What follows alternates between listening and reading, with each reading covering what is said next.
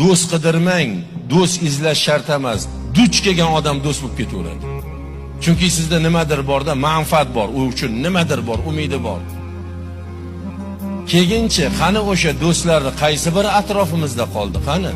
Lavozimdan ketgandan keyin, pullar kelishi to'xtagandan keyin nechtasi qoldi atrofimizda, birodarlar? Nechtasi qoldi? Qani ular?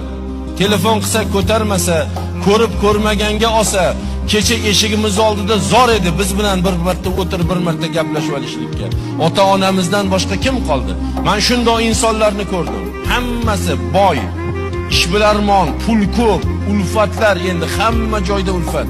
Shundoqlarni ko'rdimki, bitta noxush xabar bo'lib, "Ey, eshitdilaringmi? Palonchini olib kirib qo'yibdi ani yerga" desa, o'sha eshitgan do'stlar hammasi o'sha olib kirib qo'yilgan do'stini kontaktdan o'chirganlarni ko'rdim.